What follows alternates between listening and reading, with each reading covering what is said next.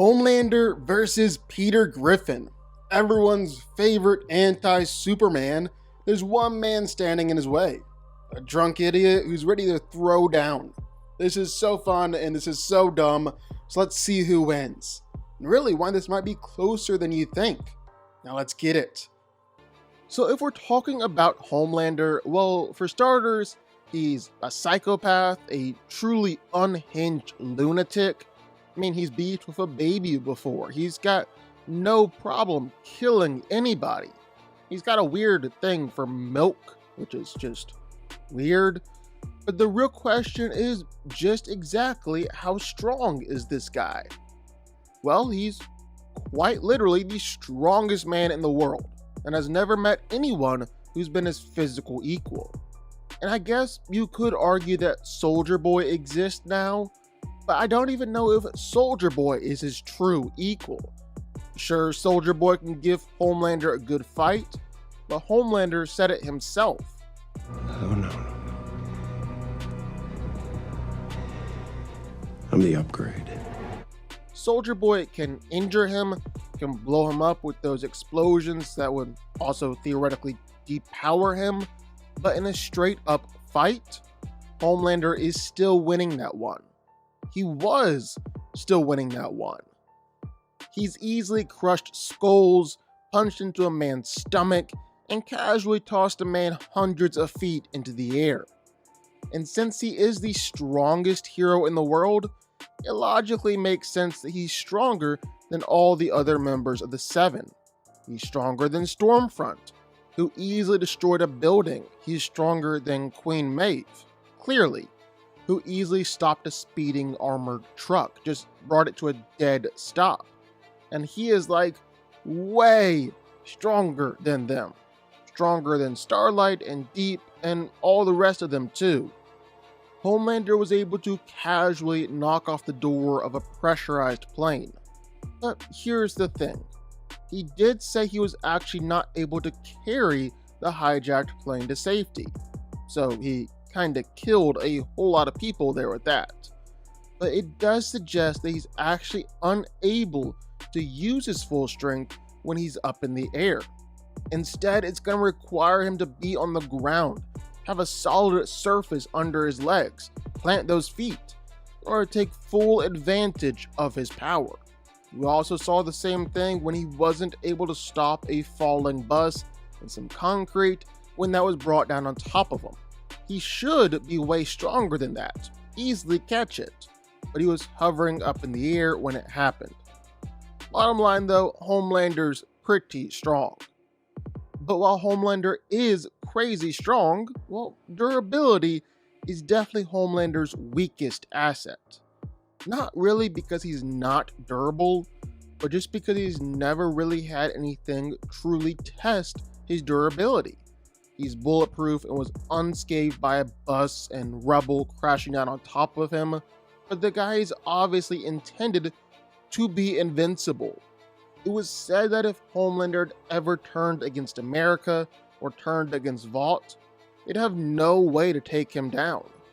It's also said that there isn't a weapon on Earth they haven't thrown at him. They all failed.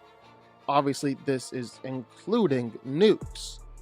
So just from those statements, Homelander is incredible.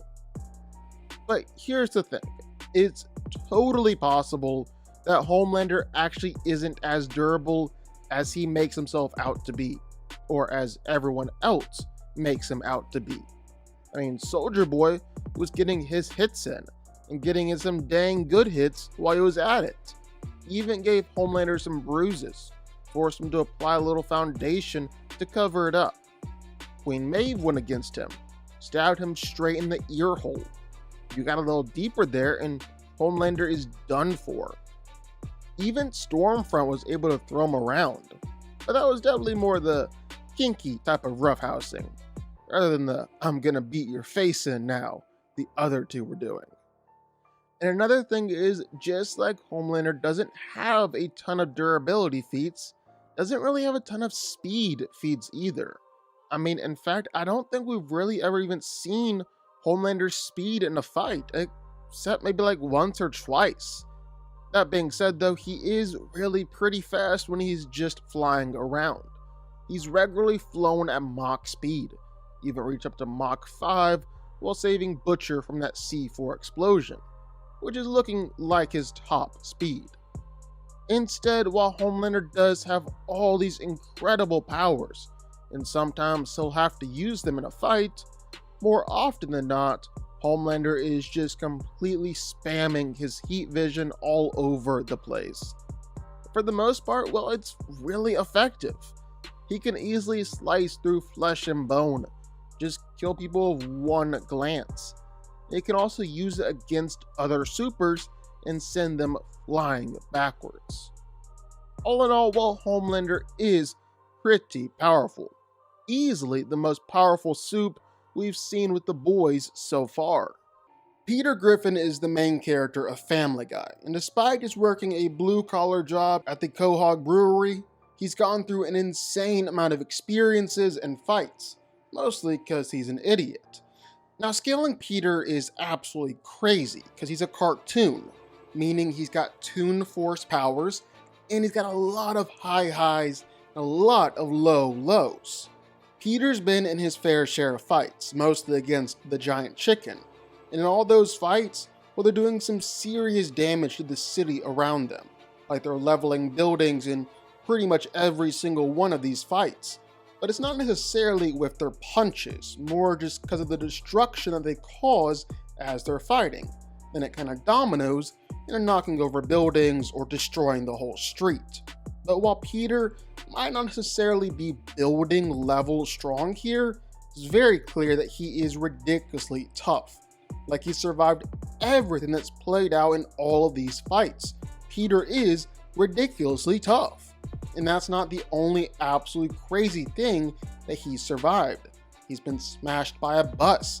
He survived point-blank explosions, getting mauled by a mountain lion, being struck by lightning.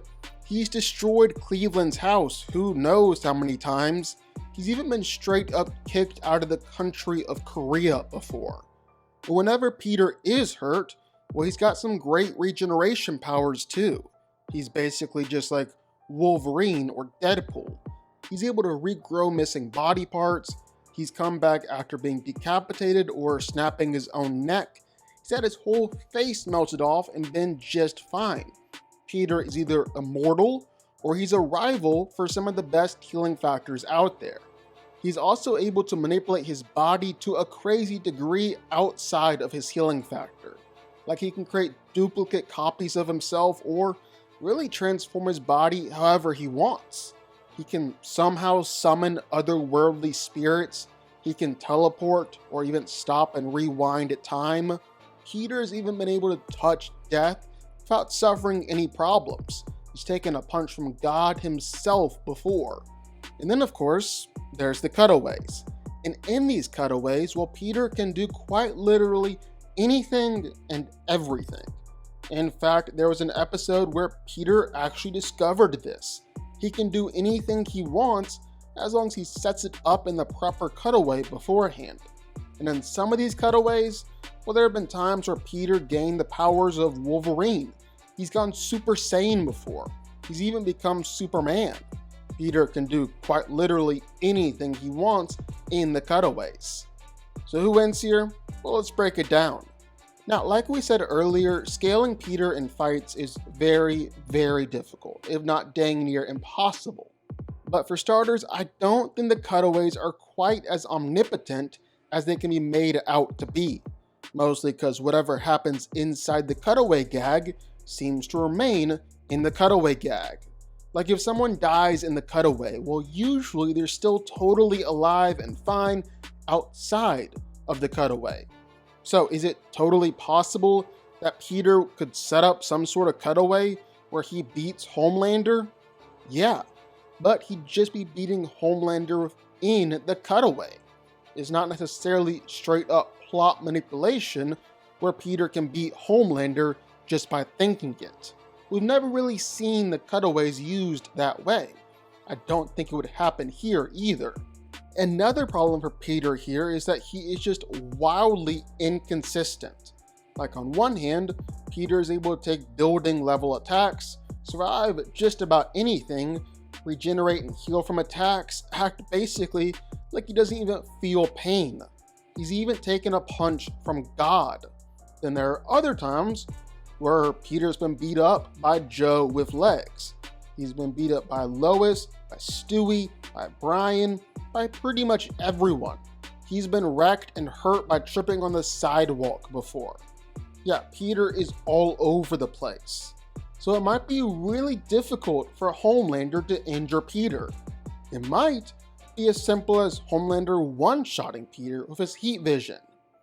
Now, it's possible that there could be a sequence where Peter either falls into a vat of toxic waste, gets powered up like in his fight with Homer Simpson, or even falling into a vat of Compound V and getting more powerful than Homelander that way. Could totally see that happening. And again, could totally see it happening where Homelander shoots off Peter's legs and Peter's out of the fight. Or we get to see a Peter at the pearly gates cutaway next. Basically, you can try your best to make an argument for Peter Griffin beating Homelander. And you can maybe make it happen. Again, just using his best feats or treating the cutaways as reality. Peter Griffin stomps. Outside of that, Homelander should dominate. Yeah, it's closer than you think, but Homelander wins here.